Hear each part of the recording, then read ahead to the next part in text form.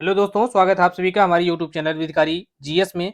दोस्तों, इस वीडियो के माध्यम से हम विश्व का भूगोल, इसके अंतर्गत ब्रह्मांड और सौर मंडल, इस टॉपिक को डिस्कस करेंगे और इस पर जो है एमसीक्यूज को सॉल्व करेंगे, जो कि आने वाली जो भी कोई भी एग्जाम होगा उसके लिए इम्पोर्टेंट होगा।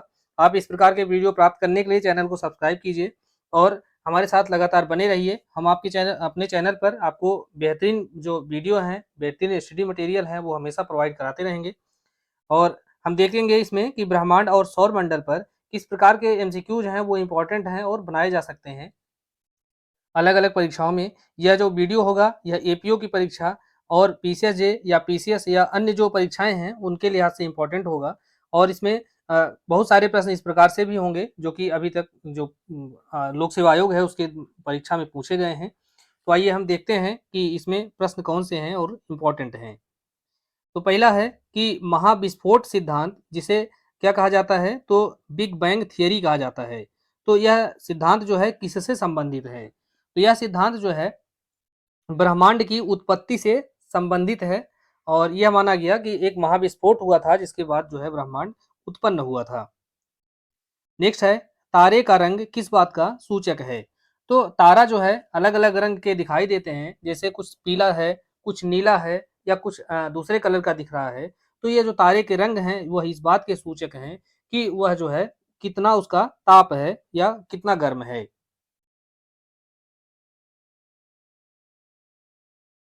नेक्स्ट है, वह सीमा जिसके बाहर तारे जो है आंतरिक मृत्यु से ग्रसित हो जाते हैं, तो वह सीमा यहाँ पर पूछा गया है कि क्या कहलाती है? तो ऐसी सीमा जो है वह चंद्रशेखर सीमा कहलाती है। और चंद्रशेखर सीमा का जो नामकरण है वह भारतीय वैज्ञानिक, भौतिक वैज्ञानिक सुब्रमण्यम चंद्रशेखर के नाम पर किया गया है। तो यह सीमा क्या कहलाती है? चंद्रशेखर सीमा। नेक्स्ट है, ब्लैक होल की जानकारी सबसे पहले किसने दी थी? तो ब्लैक होल की जानकारी यहाँ पर सबसे पहले जो है एस चंद्रशेखर अर्थात सुब्रमण्यम चंद्रशेखर ने दिया था। नेक्स्ट है कथन ए। तो कथन है कि कृष्ण छिद्र, जिसे ब्लैक होल कहा जाता है, एक ऐसा खगोलीय अस्तित्व है जिसे दूरबीन से नहीं देखा जा सकता। इसका कारण ये है कि जो ब्लैक होल है उस पर गुरुत्वीय क्षेत्र इतना ज्यादा प्रबल होता है कि वहां से प्रकाश भी बचकर नहीं निकल पाता, इसीलिए जो है उसको देखा नहीं जा सकता। तो यहाँ पर कथन और कारण दोनों सही है और जो कारण है वह कथन का सही स्पष्टीकरण है। नेक्स्ट है, एक निश्चित आकृति में व्यवस्थित तारों का जो समूह है उसे क्या कहा जाता है? तो एक निश्चित आकृति में व्यवस्थित तारों का समूह नक्षत्र कहा जाता है या तारामंडल कहते हैं इसे। नेक्स्ट है, प्रकाश वर्ष किसकी इकाई है? अर्थात एक प्रकाश वर्ष जो है किससे इससे क्या मापा जाता है?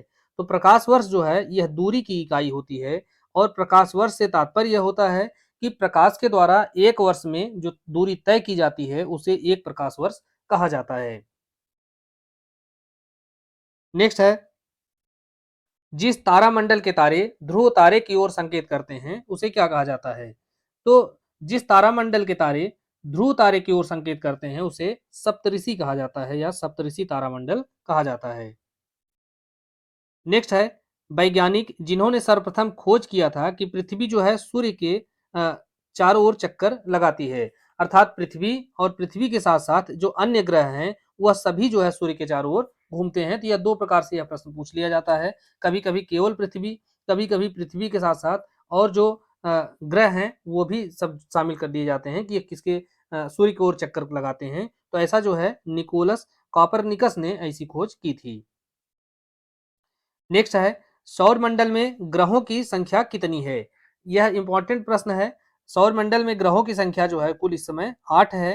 पहले 9 थी, लेकिन 2006 में जो प्लूटो था अर्थात यम था उसको जो है ग्रहों की श्रेणी से उसको हटा दिया गया है। तो वर्तमान में कुल 8 ग्रह हैं। अब ग्रहों को याद कैसे करना होगा, इसका भी एक जो है अच्छा फार्मूला है, आप इसको ध्यान में रख सकते हैं। तो सूर्य से बढ़ती हुई दूरी के क्रम में जो ग्रह हैं कैसे हैं, तो इसे सूर्य है, सूर्य के बाद जो है सबसे नजदीकी बुध है, तो हम बुध से शुरू करेंगे। एक दिन छोड़ने के बाद आएगा शुक्र, फिर शुक्र से एक दिन छोड़ेंगे तो रविवार आएगा, तो रविवार को हम पृथ्वी समझेंगे। फिर पृथ्वी रविवार हो गया, इसके बाद सोमवार छोड़ दीजिए, मंगल आ गया। फिर मंगल के बाद बुध छोड़ दीजिए, बृहस्पति आ गया, फिर शुक्र छोड़ दीजिए, शनि आ गया। तो इस प्रकार से यहाँ पर आपके 7 जो ग्रह हैं, 6 ग्रह आपको याद हो गए, और उसके बाद अरुण और वरुण, इस प्रकार से आप इसको ध्यान में रख सकते हैं। अब हम इनको देखते हैं, जो 8 ग्रह हैं। तो इसमें पहला बुध है। तो बुध जो है सूर्य से सबसे ज्यादा निकट है, इसलिए यह सूर्य का चक्कर भी जल्दी से लगा लेगा। इसलिए अब जो ग्रह जितने अवधि में सूर्य का चक्कर लगाते हैं, वह जो है वहां का 1 वर्ष कहलाता है। तो सूर्य का सबसे निकट होने के कारण बुध जो है इसका सबसे पहले चक्कर पूरा कर लेता है, इसीलिए इसका जो वर्ष है वह मात्र 88 दिन का 1 साल होता है। दूसरा इसका सबसे नजदीकी ग्रह कौन सा है? तो शुक्र है। तो शुक्र के बारे में कुछ बातें और इंपॉर्टेंट हैं, जैसे यह सबसे गर्म ग्रह है सूर्य के बाद, सर्वाधिक चमकीला है, इसे सांझ का तारा, भोर का तारा, पृथ्वी की जुड़वा बहन कहा जाता है। पृथ्वी की जुड़वा बहन इसलिए कहा जाता है कि इसका आकार और द्रव्यमान ये दोनों ही क्या है? पृथ्वी के समान है, और यह पृथ्वी के सबसे निकट है। तो अगर आप देखेंगे कि पृथ्वी के निकट जो है इधर मंगल है और ऊपर शुक्र है, तो पृथ्वी के आसपास दोनों हैं। विकल्प अगर प्रश्न पूछा जाता है उसमें विकल्प में ये दोनों बातें रहती हैं, तो आपको शुक्र लगाना होगा, क्योंकि मंगल और शुक्र के बीच में भले पृथ्वी स्थित है, लेकिन जो है वह शुक्र के ज्यादा करीब है, मंगल से नहीं। उसके बाद बृहस्पति आता है, फिर शनि है, यूरेनस है, उसके बाद नेपच्यून या वरुण है। तो यहाँ पर अलग अलग प्रकार से प्रश्न पूछ लिए जाते हैं कि कौन से जो ग्रह हैं वह किसके बीच में हैं। जैसे सूर्य तथा पृथ्वी के बीच में कौन से ग्रह हैं? तो सूर्य है यहाँ, और यहाँ पर पृथ्वी है। तो इनके बीच में अभी हमने देखा कि बुध है, उसके बाद शुक्र है, उसके बाद रवि अर्थात पृथ्वी है। तो इस प्रकार से प्रश्न पूछ लिया जाता है कि सूर्य और पृथ्वी के बीच में कौन है? तो बुध और शुक्र है। इसी प्रकार से पृथ्वी किसके मध्य में स्थित है? तो पृथ्वी जो है यह शुक्र और मंगल के बीच में स्थित है। सूर्य से सबसे निकट कौन है? तो हमने देखा सूर्य के सबसे निकट कौन है? बुध है। तो इस प्रकार से अलग अलग प्रश्न जो है यहाँ पर घुमा फिरा के पूछ लिए जाते हैं। आगे देखते हैं नेक्स्ट क्वेश्चन कि ग्रहों के बारे में क्या इसमें सही है। तो ग्रहों के बारे में सही ये है कि यह प्रकाशवान नहीं होते हैं, अर्थात अप्रकाशवान होते हैं, फिर भी चमकते हैं। तो चमकते इसलिए हैं क्योंकि यह सूर्य से प्रकाश को प्राप्त करते हैं, या सूर्य से ऊर्जा पाते हैं। नेक्स्ट है, सूर्य की ऊर्जा उत्पन्न होती है।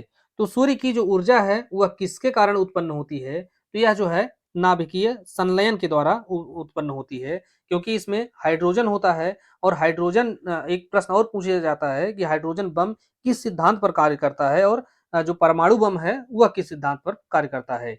तो परमाणु बम जो है या पर जो है नाभिकीय विखंडन के आधार पर, और सूर्य की ऊर्जा या जो हाइड्रोजन बम है वह नाभिकीय संलयन पर कार्य करता है। तो सूर्य भी नाभिकीय संलयन पर जो है कार्य करता है, और इसी से इसकी ऊर्जा उत्पन्न होती है। नेक्स्ट है, सूर्य ग्रहण कब लगता है?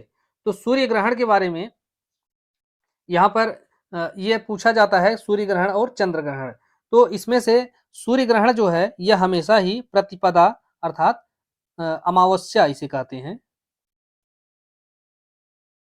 अमावस्या के दिन जो है यह सूर्य ग्रहण होता है। और चंद्र ग्रहण कभी पूछ लिया जाता है, तो चंद्र ग्रहण हमेशा कब होगा? तो पूर्णिमा के दिन होगा। इसे ही फुल मून डे कहा जाता है, जबकि अमावस्या को न्यू मून डे कहा जाता है। नेक्स्ट है, सूर्य ग्रहण कब होता है? तो सूर्य ग्रहण अमावस्या को होता है, और यह कब होता है? तो जबकि जो चंद्रमा है वह सूर्य और पृथ्वी के बीच में आ जाता है, तो यह सूर्य ग्रहण होता है। नेक्स्ट है, सूर्य से पृथ्वी की दूरी लगभग कितनी है? तो सूर्य से पृथ्वी की दूरी जो है वह लगभग 149.6 मिलियन किलोमीटर है।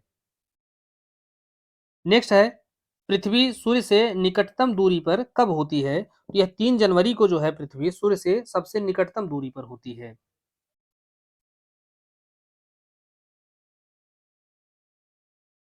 नेक्स्ट है, निम्नलिखित में से किसने कहा था कि पृथ्वी जो है वह गोलाकार है या पृथ्वी गोल है? तो ऐसा जो कथन है ये किसने कहा था? तो यह कहा था अरस्तु ने। और अरस्तु ने ऐसा जो कथन है ऑन द ये इनकी पुस्तक थी ऑन द हेवेंस, इसी में इन्होंने ये ऐसा कथन किया था। नेक्स्ट है, एक जीवधारी के रूप में पृथ्वी का वैज्ञानिक नाम क्या है? तो पृथ्वी को जो है अन्य नामों से जैसे ग्रीन प्लैनेट या ब्लू प्लैनेट भी कहा जाता है। तो ग्रीन प्लैनेट इसलिए कहा जाता है क्योंकि यहाँ पर पारिस्थितिकी तंत्र है, और ब्लू प्लैनेट इसलिए कहा जाता है क्योंकि यहाँ पर पानी है, इसीलिए इसको नीला ग्रह भी कहा जाता है। नेक्स्ट है, भूपर्पटी में बहुतायत में पाया जाने वाला रासायनिक तत्व क्या है? तो भूपर्पटी में सबसे ज्यादा जो है ऑक्सीजन पाई जाती है। नेक्स्ट है, पृथ्वी तक पहुंचने के लिए सूर्य से चला जो प्रकाश है वह कितना समय लेता है? तो सूर्य से पृथ्वी तक पहुंचने में जो प्रकाश है वह 8 मिनट का समय लेता है, अर्थात 8 मिनट में सूर्य का जो प्रकाश है वह पृथ्वी तक पहुंचता है। तो यह 8.19 अर्थात 8 मिनट 19 सेकंड एग्जैक्ट इसका जो टाइम है वह लगता है। नेक्स्ट है, पृथ्वी के सबसे नजदीक ग्रह कौन सा है? तो अभी हमने जो 8 ग्रह देखे थे, तो 8 ग्रह के अंतर्गत जो सबसे नजदीक ग्रह है वह शुक्र है। हालांकि जो पृथ्वी है वह मंगल और शुक्र के बीच में स्थित है, लेकिन शुक्र जो है सबसे नजदीक ग्रह है, उसके बाद मंगल का स्थान आता है। नेक्स्ट है, पृथ्वी को सूर्य की परिक्रमा करने में लगभग कितना समय लगता है? तो यहाँ पर सूर्य हो गया और यह अलग अलग ग्रह हैं। तो जो ग्रह जो है जितनी अवधि में ये सूर्य का एक चक्कर लगाता है, उतने समय को एक वर्ष कहा जाता है उस ग्रह का। तो जैसा हमने देखा कि सबसे कम समय में बुध जो है एक चक्कर पूरा करता है, लेकिन जो पृथ्वी है यह 365.25 दिन में जो है सूर्य का एक चक्कर पूरा करती है, और इसे ही सौर वर्ष कहा जाता है। नेक्स्ट है, दिन रात किसके कारण होते हैं? तो दिन रात जो है वह किस कारण से होते हैं? तो दिन रात जो है जो पृथ्वी है अपनी धुरी पर, जैसे पृथ्वी है या अपनी धुरी पर जब गोल गोल घूमती है तो इसी कारण दिन रात होता है। और यह गोल गोल गोल इस तरह से घूमते घूमते यह सूर्य का एक चक्कर लगाती है, तो इसकी वजह से क्या होता है? तो इसकी वजह से वर्ष या परिवर्तन होता है, या मौसम परिवर्तन होता है। नेक्स्ट है, जब दिन और रात की अवधि बराबर होती है तो सूर्य की सीधी किरणें पड़ती हैं। तो दिन और रात की अवधि बराबर होती है तो सूर्य की किरणें सीधा कहाँ पड़ती हैं? तो ये भूमध्य रेखा पर या विषुवत रेखा पर पड़ती हैं। और विषुवत रेखा पर 12 घंटे का दिन और 12 घंटे की रात, अर्थात दिन रात की अवधि वहां पर बराबर होती है। नेक्स्ट है, मौसम बदलने का क्या कारण है? तो मौसम क्यों बदलता है, इसका कारण ये है कि पृथ्वी का सूर्य के चारों ओर चक्कर लगाना व अपने अक्ष पर झुका होना, इसी के कारण अभी हमने देखा कि मौसम बदलता है। नेक्स्ट है, पृथ्वी के परितः घूमने वाले कृत्रिम उपग्रह से अगर कोई चीज बाहर गिराई जाती है तो वो उसका स्थिति क्या होगी? तो वह पृथ्वी के परितः अर्थात चारों ओर उपग्रह के समान जो है वह उसी कक्षा में घूमती रहेगी। नेक्स्ट है, विश्व पृथ्वी दिवस कब मनाया जाता है? तो यह जो है 22 अप्रैल को मनाया जाता है।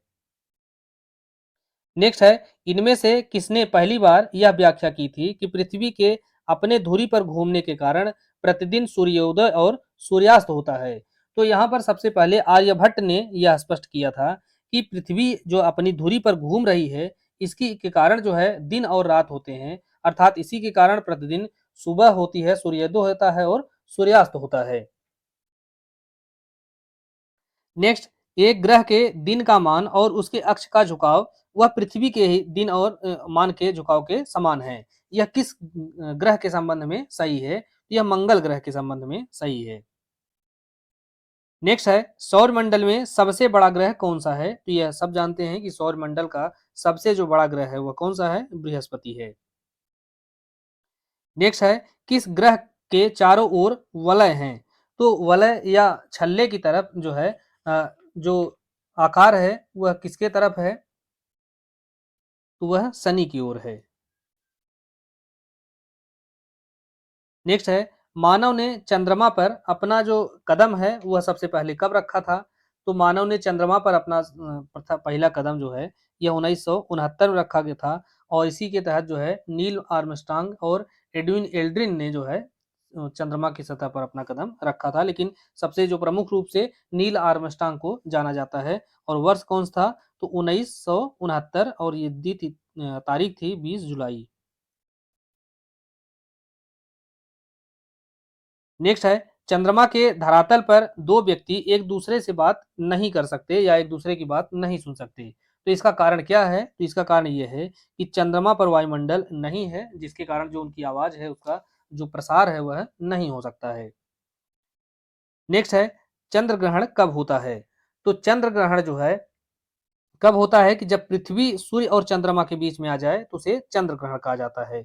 लेकिन जब चंद्रमा जो है वह पृथ्वी और सूर्य के बीच में आ जाता है तो इसे कहा जाता है? सूर्य ग्रहण। तो इन दोनों ही बातों को ध्यान रखना है कि जब चांद जो है वह पृथ्वी और सूर्य के बीच में आ जाए तो उसको सूर्य ग्रहण कहा जाता है, और जब पृथ्वी सूर्य और चंद्रमा के बीच में आ जाए तो उसे चंद्र ग्रहण कहा जाता है। नेक्स्ट है, जब किसी वस्तु को पृथ्वी से चंद्रमा पर ले जाया जाता है तो ऐसी स्थिति में उसमें क्या परिवर्तन होता है? तो जब कोई वस्तु है और उसको पृथ्वी से चंद्रमा पर ले जाया जाता है तो ऐसी स्थिति में उसका जो भार है वह घट जाता है। उसका भार क्यों घटता है? क्योंकि वहां पर जो गुरुत्वीय बल है या गुरुत्वीय त्वरण है वह पृथ्वी की अपेक्षा 1/6 होता है, तो इसीलिए जो है वहां पर उसका भार कम हो जाता है। नेक्स्ट है, सौर मंडल में जो क्षुद्र ग्रह हैं अर्थात एस्ट्रॉयड हैं, ये छोटे खगोलीय पिंड हैं। ये जिन ग्रहों के मध्य पाए जाते हैं वो कौन कौन से हैं? तो क्षुद्र ग्रह जो होते हैं अर्थात एस्ट्रॉयड जो हैं वह मंगल और बृहस्पति के बीच में पाए जाते हैं। नेक्स्ट है, उल्का अर्थात मेटेओर, यह क्या है? तो उल्का जो है यह तीव्र गति से चलता एक तारा होता है, इसे ही उल्का पिंड कहा जाता है।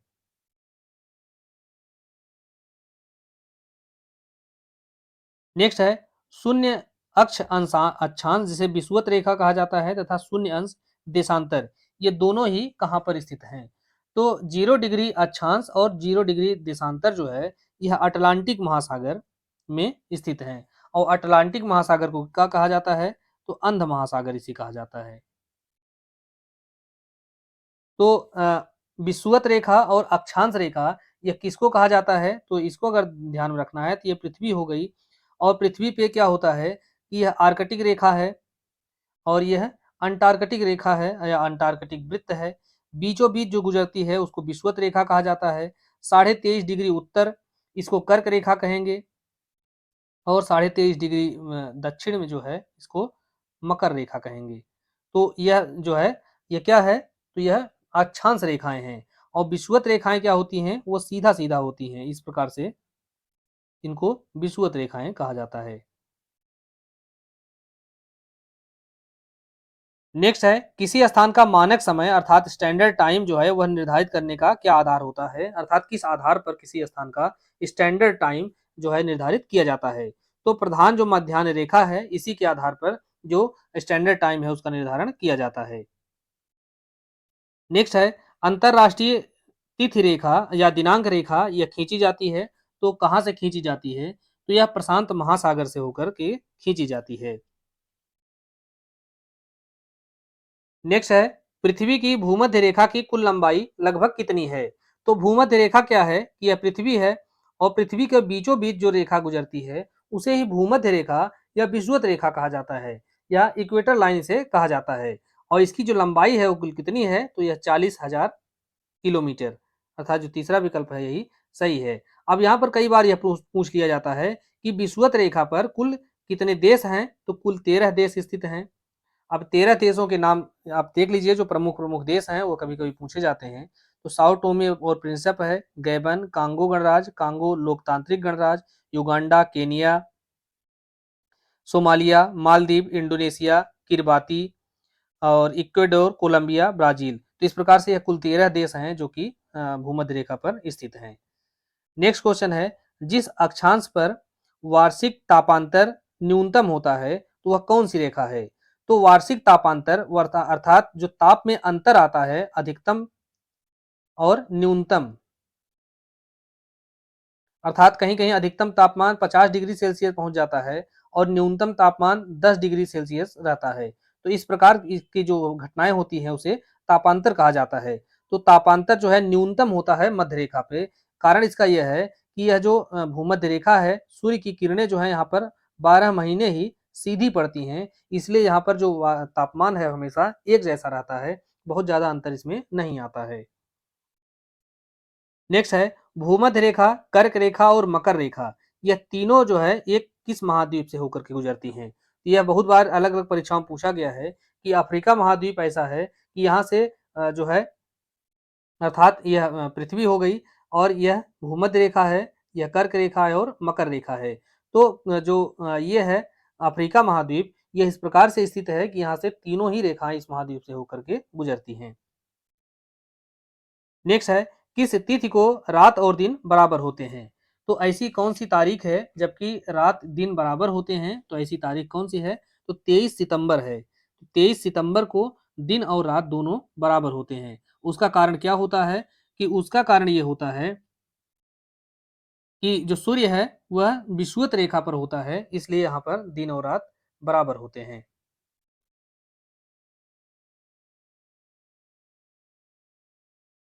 नेक्स्ट है वर्ष भर रात और दिन कहाँ बराबर होते हैं। तो वर्ष भर रात और दिन जो है भूमध्य रेखा पर जो है बराबर होते हैं। और भूमध्य रेखा हमने इसलिए देखा क्योंकि यह भूमध्य रेखा है, सूर्य का प्रकाश यहाँ पर सीधा पड़ता है, इसलिए यहाँ पर तापांतर नहीं होता, अर्थात जो अधिकतम ताप में अंतर ज्यादा नहीं आता है, एक समान ताप यहाँ बना रहता है तापमान। और दूसरी बात यह है कि यहाँ का जो दिन और रात है वो हमेशा 12-12 घंटे के होते हैं, अर्थात बराबर होते हैं। नेक्स्ट है उत्तरी गोलार्ध में वर्ष का सबसे छोटा दिन कब होता है। तो उत्तरी गोलार्ध क्या तात्पर्य है कि यह भूमध्य रेखा है, भूमध्य रेखा के उत्तर में क्या है, कर्क रेखा है, और नीचे क्या है, मकर रेखा है। तो उत्तर जो है ऊपर हो गया और दक्षिण जो है यह नीचे हो गया। तो प्रश्न क्या पूछ रहा है कि उत्तरी गोलार्ध में सबसे छोटा दिन कब होता है।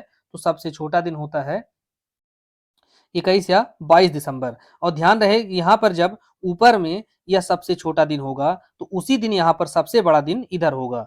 उसका कारण क्या होगा कि सूर्य की जो किरणें हैं यह दक्षिण की तरफ रहती हैं, अर्थात मकर रेखा की तरफ चमकती हैं, तो इसीलिए जो है यहाँ पर दिन जो है उत्तर में छोटा हो जाता है, और सेम उसी दिन दक्षिण की तरफ जो है दिन बड़ा हो जाता है। और ठीक इसी का उल्टा एक प्रश्न पूछ लिया जाता है कि कब जो है उत्तरी गोलार्ध में दिन सबसे बड़ा होता है। तो उत्तरी गोलार्ध में सबसे बड़ा दिन जो होता है वह 20 और 21 जून को होता है। अर्थात इधर क्या होगा, यह बड़ा होगा, कारण इसका सूर्य की किरणें इधर चमकेंगी कर्क रेखा पर, तो मकर रेखा की तरफ उस दिन मौसम ठंडा रहेगा और वहां पर जो दिन है वह बहुत छोटा होगा। नेक्स्ट क्वेश्चन है उत्तरी गोलार्ध में वर्ष का सबसे बड़ा दिन कौन होता है। तो हमने देखा कि उत्तरी गोलार्ध अर्थात जो है कर्क रेखा है, तो कर्क रेखा में सबसे बड़ा दिन कब होगा, तो 20-21 जून को इधर जो है सूर्य की किरणें रहती हैं, इसीलिए यहाँ पर दिन सबसे बड़ा होगा। और सेम इसी दिन 20-21 जून को यहाँ पर दिन सबसे छोटा होगा, कहाँ की दक्षिणी गोलार्ध में। उसका कारण यह है कि सूर्य की जो किरणें हैं यहाँ पर सीधी पड़ रही हैं। नेक्स्ट है किस तिथि को दोपहर को आपकी छाया सबसे छोटी होती है। तो किस तिथि को दोपहर में सबसे छोटी होती है, तो यह जो प्रश्न है यह उत्तरी गोलार्ध के संबंध में पूछा जा रहा है। तो उत्तरी गोलार्ध के संबंध में जो प्रश्न है, तो हमारी जो छाया है सबसे छोटी कब रहेगी, तो 21 जून को रहेगी, क्योंकि 21 जून के दिन क्या होता है कि जो सूर्य की किरणें हैं सीधा कर्क रेखा पर पड़ती हैं। नेक्स्ट है पृथ्वी की आयु निर्धारित करने में निम्नलिखित में से कौन सी विधि का प्रयोग करते हैं। तो पृथ्वी की आयु निर्धारित करना या यहाँ पर कोई चीज प्राप्त की जाती है वह कितनी पुरानी है उसका जो है निर्धारण करना, इसके लिए जो है हम यूरेनियम डेटिंग जो पद्धति है इसका प्रयोग करते हैं और इसी के द्वारा इसका निर्धारण किया जाता है। नेक्स्ट क्वेश्चन है पृथ्वी पर मूलतः एक ही विशाल भूखंड था, इसे क्या कहा जाता था। तो पृथ्वी पर जो है मूलतः एक ही भूखंड था, उसका नाम था पैंजिया। अब पैंजिया बाद में दो भाग में बढ़ जाता है, अर्थात दो टुकड़ों में यह हो जाता है। तो एक का नाम जो है लारेंसिया हो जाता है और दूसरे का नाम गोंडवाना लैंड हो जाता है। तो यही जो है पैंजिया का दो भागों में विभाजन है। तो दोस्तों इस प्रकार से हमने 50 प्रश्नों को डिस्कस किया है, पूरी तरीका है, आपको पसंद आया होगा। अगर ऐसा हो तो आप चैनल को सब्सक्राइब कीजिएगा। मिलते हैं नेक्स्ट वीडियो में, धन्यवाद।